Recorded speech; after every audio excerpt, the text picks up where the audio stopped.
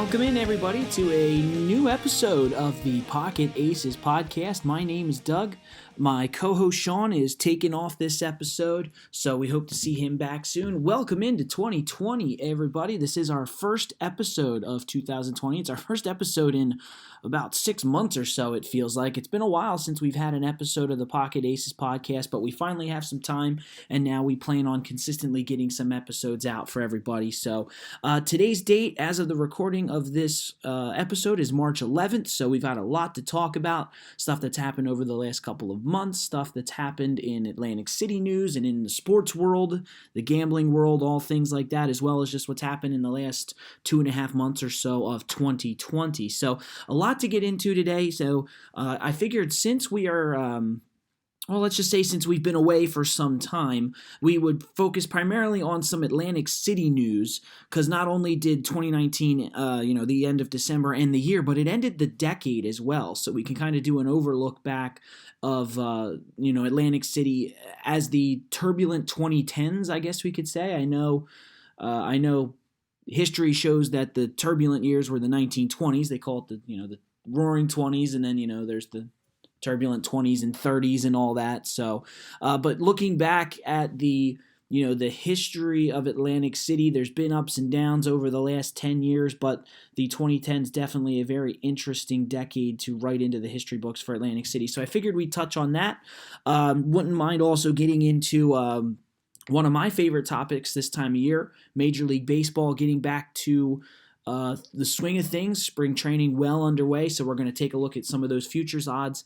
And this weekend coming up as well, the Players' Championship taking place down at the one and only TPC Sawgrass down in Florida, so take a look into that as well. So we'll just jump right into our main topic. Usually Atlantic City news is our first topic, not necessarily our main topic, but it's the first thing we touch on. I figured our main topic today can be Atlantic City and news about Atlantic City, the casino industry itself. So, as I said, taking a look back, 2019 appeared to be another good year for the Atlantic City casino industry. And then obviously, starting off the year seems to be very good as well. As of February 12th, so about a month ago, Atlantic City casino revenue was up 23% to start 2020, and also Atlantic City got off on the right foot, extending the streak of gaming revenue increases to 20 consecutive months. So a lot of good things coming out of Atlantic City. And one of the other big topics that unfortunately we haven't been able to touch on over the last couple of months is the big news that Caesars was in the process of being sold to El Dorado. That was obviously a big topic of conversation some time back, about what would the future of Atlantic City look like with one casino giant taking care of essentially four casinos in town. I mean, obviously there was a time back in the day where Caesars used to operate 4 buildings, but so much has changed in the last 8 years since all the changes came in 2012 and 2014 or so. Let's just say going back to 2012, 8 years. And a lot of the topic of discussion, something that I wanted to get into had we done an episode prior to this, if at any point in the last couple of months we had done an episode, I really wanted to get into what the Caesars merger with El Dorado would look like. El Dorado, of course, already controlling Tropicana, buying them not too long ago, as a matter of fact. They purchased that property, and there's been some mixed reviews about the way that process was handled and about the way the property itself has been handled. But, one of the other big topics of conversation, as I mentioned, was what's going to happen now with the majority of the casinos in town being operated by, this one company. And obviously the one thing that everyone can look back to, as I mentioned, was back in the day, before all the closings, Caesars operated Showboat, Bally's, Caesars, and Harrah's. So they were operating 4 casinos at the time. Atlantic City, unfortunately, though, has seen some changes over the last decade, and now with a smaller number of casinos in town, it would be interesting to see another property now have control over 4 different casinos if the El Dorado merger was to go through. And as of the last time I checked, they've been hitting some roadblocks, and it seems like the deal is going south. But if the deal somehow does go through, the controlling stake of Tropicana, Caesars, Bally's, and Harrah's certainly could be a very interesting talking point for Sean and I to have once he comes back, and some other people that maybe we would talk to. One of the things that I would like to do on this podcast is to try to get some guests to stop by, if at all possible, to talk about, a number of different topics, but definitely some Atlantic City topics for sure. And I would love to get people's opinions on, what their belief is of, if this deal goes through, how it could be handled within the city. So if you're out there listening, if you're listening on a podcast, feel free to, drop a line if there's a chance to leave a comment. If you're checking this out on YouTube, leave a comment. Let us know what you think. Obviously, you can check us out on Facebook. Just simply search The Pocket Aces Podcast, or if you want to use the @ symbol, it is @Pocket Aces Podcast. Feel free to check us out there. We're also on iTunes. It's now Apple Podcasts. We're on Google Podcasts. So wherever you get a chance to check us out, please do, or go to our Facebook page and drop us a line, or comment on the post for this episode, or drop a comment, leave a comment on the page. I think you can still do that on Facebook with some pages. Facebook has changed so much, but I think you still can leave visitor posts, quote unquote, I think they call it. So if you have a topic that you want to get into in a future episode, or if you want to comment on something on this episode, please do. If you want to comment on Atlantic City news, that's the one thing we consistently talk about from episode to episode. So if you have any comments on Atlantic City, drop us a line and we can definitely toss it into a new episode. So, one of the things that Atlantic City really could be hurt by in that merger, if it were to happen, I've already predicted, and we're now into 2020, but many, many months ago, probably close to a year ago, I don't know if I've mentioned it on this podcast or not, but I remember telling Sean in a conversation that we had that I believe by the end of 2020, Bally's Casino Hotel will be closed, or Hotel Casino, however it's phrased. I believe they will be closed by the end of 2020. We are now in 2020. We're into March, so now we have about 9 months to go, give or take, to see if that happens. I personally, if you were to ask me, I believe that if the El Dorado merger were to go through, I think the first thing El Dorado would do is cut its losses and get rid of Bally's. In the same way that Caesars, when they were controlling 4 casinos, closed Showboat. That's a topic of discussion for another day. I still don't like the fact that they did that. Thankfully, Mr. Bart Blatstein kind of swooped in and saved Showboat for now, and it looks like he's trying to come up with some options for that. But that's a whole other topic for another day. But in a similar way that Caesars, I should say, cut their losses, even though Showboat was a profitable casino, they closed it to, kind of even out the market. I believe that if the El Dorado merger goes through, the first thing they'll do is they'll look at their numbers. I'm sure they'll bring in analysts to look over numbers if they haven't done so already, and they will then decide to close the Bally's. I just think it's going to happen. Caesars, as of this moment, has appeared to be putting money into Harrah's. I know they're really trying to revamp Harrah's. They just opened the sports book at Wild Wild West. Now, I know a topic of discussion that Sean and I have had about closing Bally's is that I know Wild Wild West is called Wild Wild West at Bally's Casino. There's a very simple explanation. You close off the elevators to Bally's. You close them off, you wall that off, you put drywall up, whatever you have to do, because it's still connected to Caesars. You could still keep Wild Wild West open and close Bally's. It's very possible. You just change the name, you change some of the signage, and for a multi-billion-dollar company like that, that wouldn't be very difficult to do, I can imagine. So I personally still believe that will happen, and I believe that by New Year's Eve of this year, December 31st, Bally's will be closed. And I hope I'm wrong. I really do hope I'm wrong, because then that means that something happened and someone believed that they could put the money into it. But personally, it seems to me from the outside looking in, as I am, it looks like Caesars is not really investing money into Bally's at all. It continues to go downhill, and I think it's going to be gone sooner or later. So December 31st, my bet, it will be closed. We'll have to see. And obviously, if we're still doing this podcast at the time and that time comes and goes, I will happily admit I was wrong if I am in fact wrong and it's still open. But I believe it will be closed sooner rather than later. So, one of the other things to talk about, as I mentioned at the top of the episode, the 2010s. We are done the 2010s. The 2020s are here and now. Now, whether or not it's going to be the Roaring 20s again, who knows? But Atlantic City, a very turbulent time uh, in the industry through the 2010s. And there's a great article on Press of Atlantic City that Nicholas Huba wrote about the Atlantic City casino industry. He wrote it right at the tail end of 2019. And he kind of went into the history of the town over the 2010s. So, one of the things that you can start off with back at the beginning of the 2010s is basically January 1st, 2010. Revel is in the process of being built. I believe that they broke ground on Revel in 2008. That is the year that sticks in mind. I can certainly double check on that. But, one of the things that started off the 2010s was the turmoil that Revel got into. And there was a lot of turmoil at the beginning of that whole process. I mean, I believe, if I remember correctly, there were problems just with getting the permitting to start building the place. So, obviously, a troubling start. It almost kind of spelled out the future. The trouble that Revel had at the very beginning basically set the standard for Revel and that building up through to June of 2018 when it was reopened as Ocean. So, unfortunately, that building seems to have a cloud hanging over it, but it seems like they're trying to pull out of it, and I can get into that a little bit later. But, the start of the 2010s for Atlantic City, very good. They got off to a strong start, but then everything started to go downhill. In 2010, they started to have issues. Obviously, we were still kind of coming out of the recession, and then I believe 2012 was the decision to close the Atlantic Club.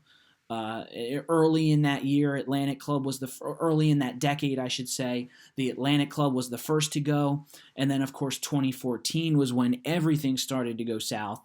I believe it was Trump Plaza went first in early 2014. And then from there, it was Revel in 2014 closed as well. And then also Showboat closing that same year. So 2014, not a very good year in Atlantic City. Now, obviously, going back a little bit, I should say 2012, a good year somewhat for Atlantic City. That's when Revel opened. And I remember that building opening to all of the glitz and glamour. And I remember, who was it? I think it was like Beyonce had like a 3-night residency at the Ovation Hall there, and there was a lot of glitz and glamour for the opening of that building. And unfortunately, it wouldn't last very long because Revel would then close 2 years later in 2014. So Atlantic City seeing 5 casinos close in that 2 or 3 year span, and then by the end of 2014, 4 casinos that year alone.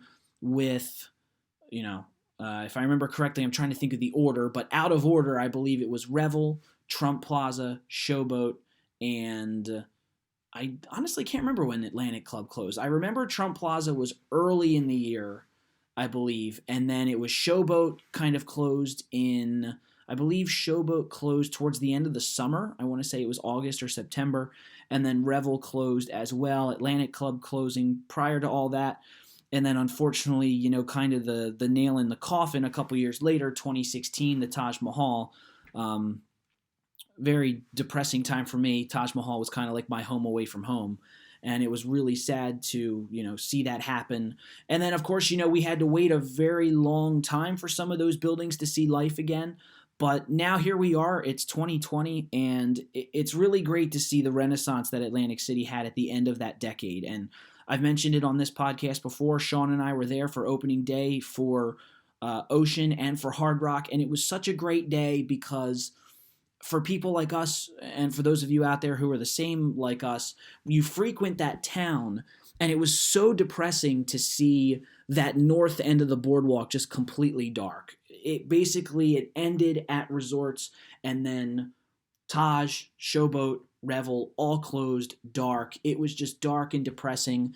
I remember going to stay down there a couple times to go to resorts, and if I got a room that happened to face the Taj side, I wouldn't even look out the window because it was just depressing to see the building shut down, all the lights off and whatnot.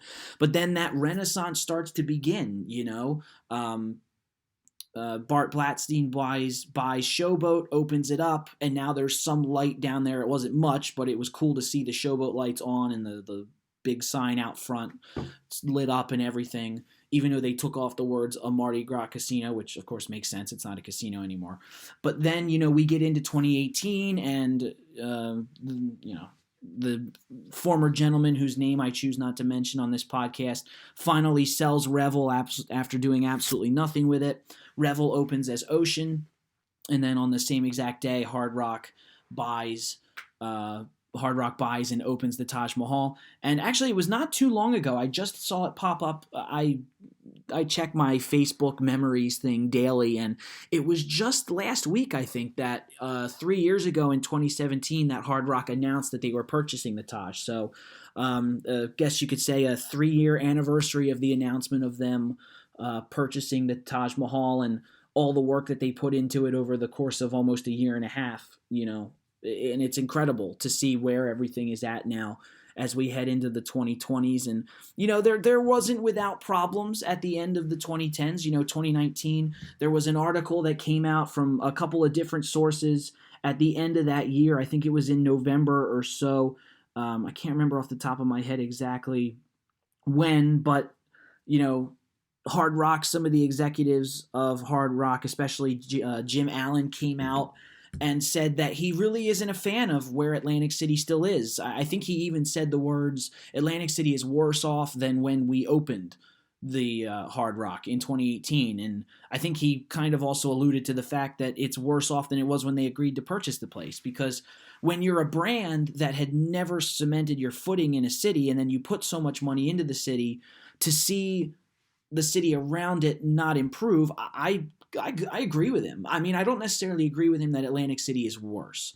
I don't think it's worse. Has it improved? I don't think so. And I'm a little disappointed myself. And I don't have any money in it. I don't have any stake in it except for the money I put in the machines and at the tables. But, the money that this company has put in to the city to try to improve it, and to not see much of an improvement around the property is a little disappointing. So I'm right there with Jim Allen in saying that there are still some changes that Atlantic City needs to make.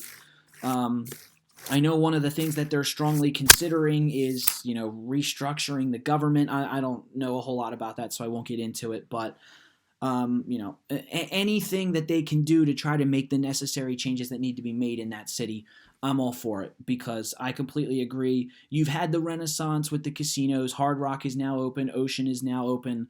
The town is up. The casino revenue, I should say, is up very well to start 2020.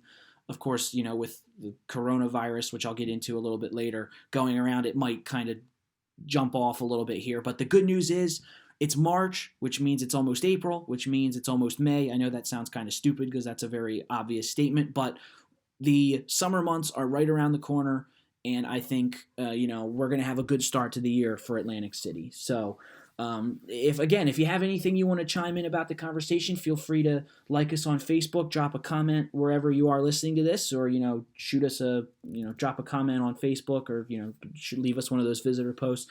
Let us know, what do you think looking ahead for Atlantic City? Where do you think the city will go in the next 10 years? We have made it through another decade. The 2010s are over, and I'll call them the turbulent teens. I know we reserve the turbulent word for history, but Atlantic City, the 2010s are now history. So I'll use it for the turbulent teens, but it's a good thing where Atlantic City is right now, and I'm really excited to see where everything will go moving forward. So should do it for that topic. And I mean, if I come across anything here in the next couple minutes, I'll try to bring it up. But I mean, while we're on the topic, while I brought it up, I was going to save this until later.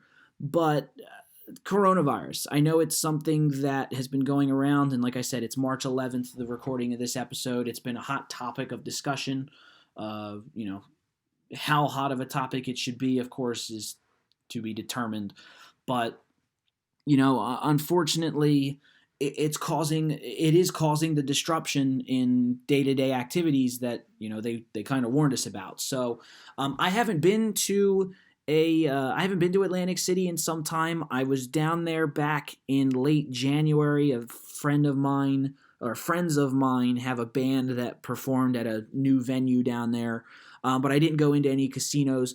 The last time I would have been to a casino in Atlantic City, I will say, was probably sometime not long before that, in January. So it's been some time. So I haven't necessarily seen the impact that the virus has had on the casino industry, but I do know from all the emails I'm getting emails from Hard Rock, I'm getting emails from Caesars. I think I got an email from Southwest Airlines the other day. So it's really taking a toll on multiple different industries. And I mean, you got to think about it. Casinos, there's thousands of people in those buildings every day. You're sitting very close to people at the tables. You're handling chips that have been in the hands of God knows how many people. So I know the casinos are doing everything they can to clean and prevent the prevent the spread of any of the virus, but it's taking a toll on everything. And one of the things that I was going to again discuss later, the impact of this thing on sports. I mean, they're already talking about potentially starting Major League Baseball. Major League Baseball's already implemented the no media in the clubhouse policy. They've changed the policy a little bit for autographs down in spring training. There's talk about, the NFL. I heard on the radio today that the NFL is already potentially looking into having to do something different with the draft in April. They're talking about having to do something different with minicamp. And I mean, I don't think you can look far enough ahead to potentially say we have to worry about the beginning of Major League Baseball season, or we have to even look so far ahead to, NFL training camp or the beginning of the NFL season. I mean, I think the one thing that a lot of people that are discussing that topic don't really, think about necessarily is, I mean, how far away is August? We're talking about 5 months until NFL preseason football starts. We're talking about almost 6 months until the regular season starts. I think it's less than 6 months now until the regular season starts. So there's a lot of time.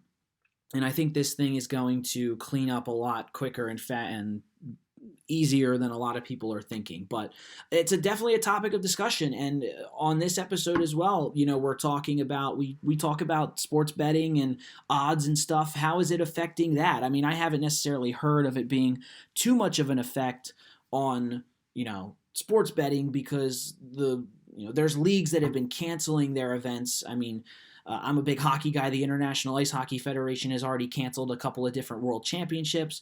There are some hockey leagues over in Europe that have had to cancel stuff, but I know that doesn't really affect gambling on American soil here. But, I mean, if you're talking about having to make changes, if the NCAA comes out and says we have to make changes to the March Madness tournament schedule, who knows what's going to go down there. And that's going to be a topic of discussion for our episode next week. I'm definitely going to do an episode next week, Selection Sunday coming up this Sunday, and then I'll tune in with an episode focusing on March Madness next week. Hopefully we can maybe get Sean back, but if not, I'll definitely bring you a March Madness packed episode next week. So who knows? We're going to have to wait to see how everything plays out, but it will be interesting to see a couple months from now if they actually discuss and announce, if this coronavirus has an effect on, had an effect on the sports gambling. I don't think it really would, save for maybe brick and mortar casinos. Maybe Vegas takes a hit because people don't go into the casinos as much, but let's be honest, the chances of that happening are slim. So anyway, if you have anything you want to chime in on, please do. So again, Atlantic City, all that good stuff, good topic of conversation there. So unfortunately, I'll touch base on that coronavirus thing as well. So I didn't want to get into it too much because I believe it's already talked about way too much. But anyway, figured I'd get into it for the heck of it since it's a topic of discussion that everybody seems to have on their mind. So moving on, want to touch on our secondary topic today. I want to get into some Major League Baseball. This is one of my favorite times of the year. It's been a while since I've gone down to spring training for Florida for spring training, I should say. But I would like to go back soon. And obviously now it's fun because you can start betting legally on all the baseball games and whatnot. Of course, I don't know. Do they have sports betting in Florida? I'd have to check. I don't even know if you could use. Like, I use DraftKings. I don't even think you could use DraftKings in Florida because I don't think they have it yet, but could double check in on that. So anyway, one of the things that I really wanted to get into today, over/under win totals for Major League Baseball. So I'm going based off of DraftKings, and I'm also checking in on sportsline.com, what they have to say. The 2019 record for teams and all that good stuff. So we'll get into that here momentarily, and obviously focusing in on the Philadelphia Phillies since we're here based in New Jersey, not far from Philadelphia. So, moving into this topic of Major League Baseball, I think in terms of the Philadelphia Phillies, if we're going to go specific to our area where we are, I think the Philadelphia Phillies are going to improve. The over-under win total for William Hill is 85. I believe DraftKings has them at 84.5. I'm taking the over, and I've already put the bet in. I've already got the bet down. I'm taking the over. I think the Phillies will win 88 games. 88 games is the number that I have on my mind. So I'm taking the over pretty much anywhere. I have already taken the over in a couple of different places. Well, actually, I guess it would just be 2 places. Officially, I already took the over-under win total. William Hill saying 85, and again, DraftKings saying 84.5. I guess technically I only took it at one place, but whatever it ends up coming out to. I'll touch base on that a little bit later. But anyway, I think the Phillies are going to improve having Joe Girardi as a manager. They say that the manager can affect 6 to 7 games a year, can cost you or win you 6 to 7 games a year, I think they say in baseball. Let's be honest, Gabe Kapler was such a terrible manager. I think Joe Girardi could easily win this team 10 extra games this year by not making stupid, dumb decisions that our previous manager would make. So I already think this team is going to improve just by having a different manager.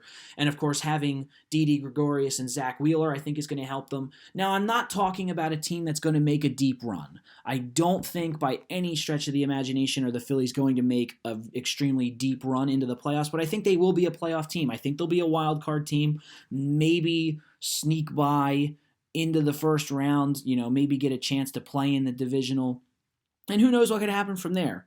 That's the thing about the playoffs. You never really can know. So, but I think the Phillies will improve overall. And again, 84.5, 85 seems to be the line for the Phillies. I'm definitely taking the over. So one of the other things that I wanted to discuss, obviously, since the last episode that we had, all the stuff has come out about the Houston Astros, and however you feel about it, however you feel it was handled by the league, it's over.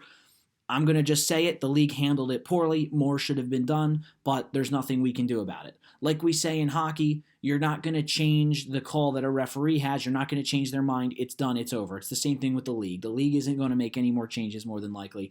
So DraftKings, as of right now, looks to have the Astros at 97.5 for wins on the year. I'm taking the under. I'm going to take the under specifically because now they don't have their system in place. Whatever system or systems they had, I don't think they're going to be as good of a team. I think you're already starting to see that in spring training. Now, 97.5, will they probably go over? Yes. I'm betting more with my heart than with my head on this one. So I'm going to say they're going to be under. They're still going to be a playoff team. I think they still could potentially make a run at it.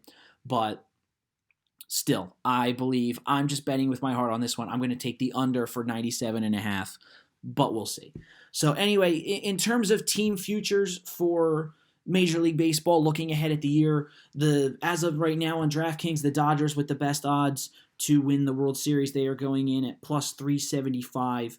Not far behind them, behind the Dodgers. I know I saw the Astros on there somewhere. So the Yankees are behind them. I don't know why. I guess we could call that just, typical Yankees bias, however you want to look at it. But I think they are an improved team that I think could have a good shot at it. Houston not far behind them. And then 2 National League East Division opponents for the Phillies anyway, the Braves and the Nationals with the 4th and 5th best odds. So pretty odd that the Nationals, despite, the fact that they won it last year, the Nationals coming in with only the 5th best odds. And then the Minnesota Twins right behind them at 6th. And then right there, Philadelphia Phillies, 7th best odds to win the World Series. According to DraftKings as of today. It's plus 2,000. Now, I wouldn't necessarily take them at plus. I would not take them at all. If I were to bet on anybody here, I would probably put a bet on either the Yankees or the Dodgers. I don't see the Nationals repeating, so that's not something that I would necessarily place money on. If I had to bet, on this. I'm not going to, but if I had to, I would take either the Dodgers or the Yankees. I'm not really one to bet on championship odds this far out. The one thing I would maybe consider is, the league championship winners or the division winners. I would maybe consider putting a bet on right now, but I'm not betting on the World Series this far out. It's just, you never know what could happen. So just an interesting look at those top couple teams. Again, this is all based on DraftKings. So, if you want to start getting into division winners, let's just focus on the National League East since it's the Philadelphia Phillies. Phillies right now, actually the fourth best odds. So, ironically, I see here that, is this 45,000? Yes. So, Miami is plus 45,000 to win the division. So, if you wanted to make a good amount of money on a small bet, go for it, but you don't really have a chance. So, Braves, Nationals, Mets, Phillies in that order for the National League East.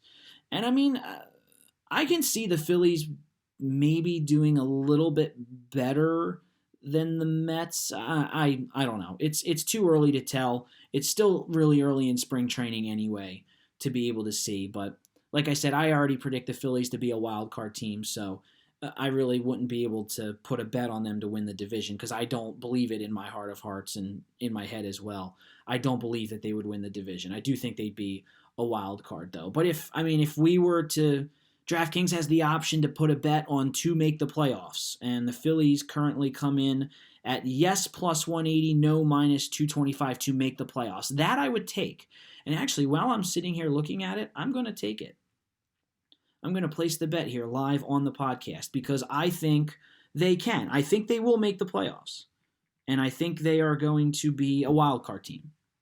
And I know I've said that like 6 times. So I'm going to put the bet on it right here. Yes, I believe they will make the playoffs as a wild card team. I don't think they'll win the division. So, again, you want to chime in, let us know. Anything coming up, any topics. If you're in the Philadelphia area, want to talk Phillies, please feel free to, leave us a comment somewhere if you can, or, if you want to talk baseball in general. So, we'll get more into baseball as the regular season draws near. Maybe we'll do a preview episode like we did last year for the World Series of Poker. Maybe we'll do an MLB preseason or MLB season review or preview, I should say, I guess it would be.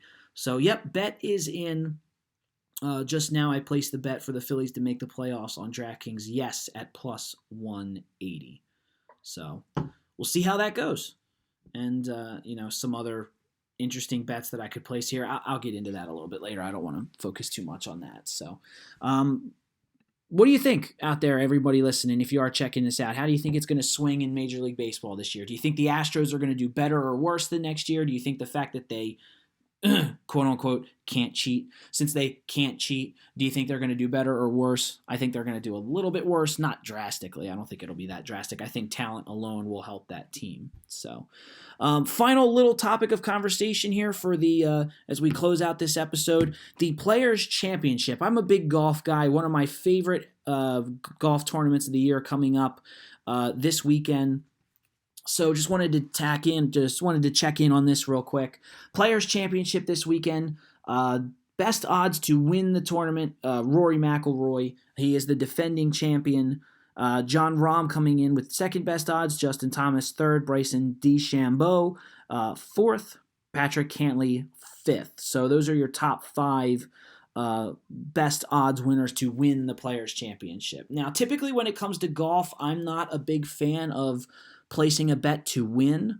I like to bet top 5 or top 10. I also like to bet per round. So I like to place bets on the leader after round 1. So I'm in a good mood here. I'm going to say, just taking a shot in the dark, I'm going to take a bet and say that Patrick Cantlay will be the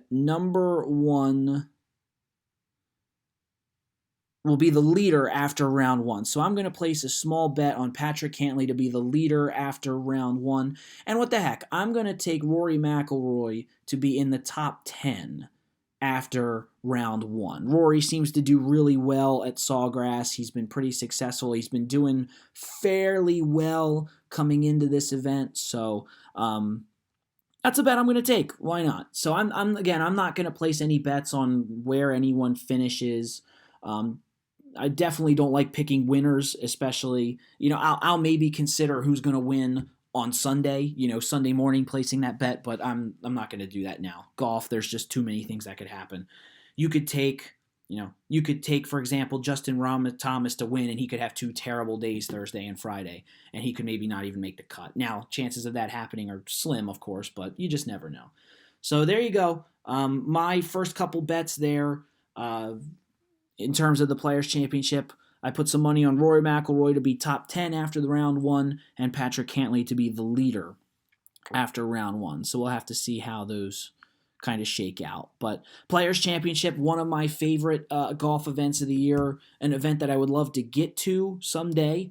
And one of the things that's pretty nice about it now is that it does take place in March. So someone like me who doesn't like the heat very much, rather than dealing with it in May like it used to be, could go down and go see it in March maybe someday. So obviously we got the Masters coming up. I'll try to do an episode on the Masters in the future, but just wanted to touch base on the Players' Championship there. And, I'm not going to pick who I could think win. That's just something I'm not going to do. So if you'd liked any of our topics today, feel free, as I mentioned before, chime in, let us know. Feel free to like us on Facebook, drop a comment on Facebook or on YouTube. If you see us, what we're doing is past episodes are available on YouTube.